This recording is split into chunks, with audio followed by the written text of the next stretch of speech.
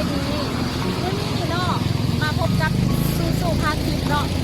เราจะพาท่านผู้ชมไปเบิ่งเนาะไปเบิ่งน้ำกันนะว่ามันเป็นความแตกต่างระหว่างการที่เขาต้องแต่งขึ้นมาหรือว่าเป็นธรรมชาติหรือว่ามันเกิดขึ้นมาเองเนาะมันต้องต่างกันแบบนี้เนาะอันนี้คือว่าเป็นป่าไม้หรือว่าต้นไม้หรือเป็นคนเขาที่เนรมิตขึ้นมาเองเนาะเลยหรือว่าเป็นการสร้างขึ้นมาเนาะมันเป็นน้ำเนาะน้ำเขาก็น้ำเพราะว่าค่อยจะไปเห็นอยู่ใน YouTube หรือว่าเห็นในโลกโซเชียลเนาะเห็นมันเป็นภาพแบบธรรมชาติเห็นแบบเป็นบ้านนาเป็นทุ่งไร่ทุ่งนาเป็นพระเจ้าแบบเป็นไหนบุเล่เป็นธรรมชาติแท้ๆเลยของบ้านนอกบ้านนาเขาอะนะแล้วมาเปรียบเทียบเป็นเมืองใหญ่อะเนาะมันต่างกันนะความงามมันก็ต่างกันเนาะ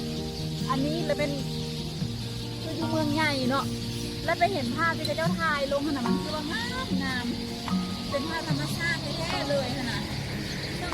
เขาจะพาท่านผู้ชมไปเบิ้งคลิปที่เขากำลังที่นำเสนอต่อไปนี้เนาะนั่นไหนก็ไปชมพร้อมๆกันเลยเด้อ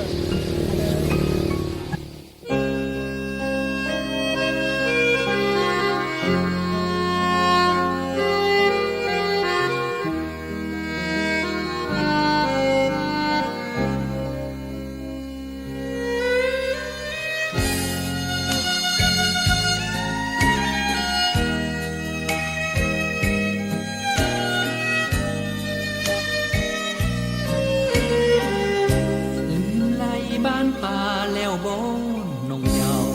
บอนเจ้าเคยทุกสุขแหลงเศร้าบอนเจ้าเคยอยู่ก่อนนั้น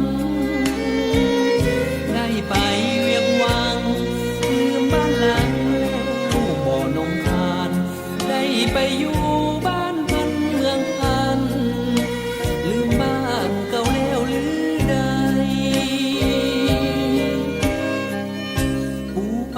กุ้งซิวที่เจ้าเคยจอง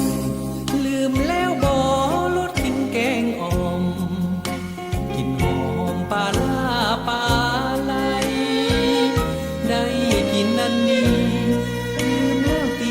ปลาน้อยถึงใส่ได้กินปลาทะเลกุ้งใหญ่ลืมได้แล้วบ่บ้านนาเจ้าคงลืม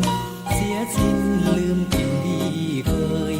ยิ่งบ่เห็นเจ้ากลางเลยลืมเลยบ้านดงบ้านป่า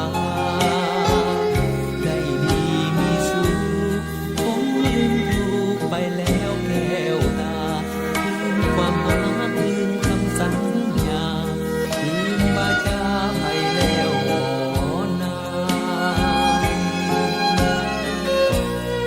ดงบ้านป่าที่เจ้าเคยครอง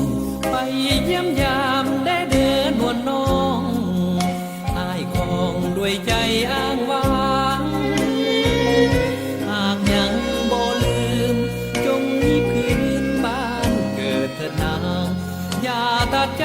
หนีไกลเหินห่างนวลนางเจ้าจงเลี้ยว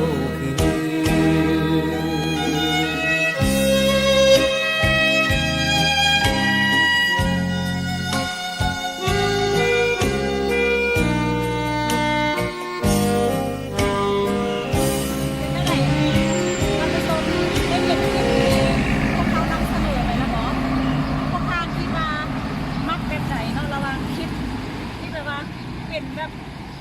ธรรมชาติแบบในเมืองที่คนแบบเนรมิตขึ้นมาเองนะหรือว่ามักแบบธรรมชาติแบบบ้านนอกแบบธรรมชาติแท้ๆของบ้านนอกบ้านนาของชาวเลนะเนาะถ้าเรามักก็ได้ก็ถ้ากันคอมเมนต์ลงมาเบิ่งเนาะสังกะจบเพียงเท่านี้เนาะคลิปหน้าพบกันใหม่ขอขอบใจสบายดี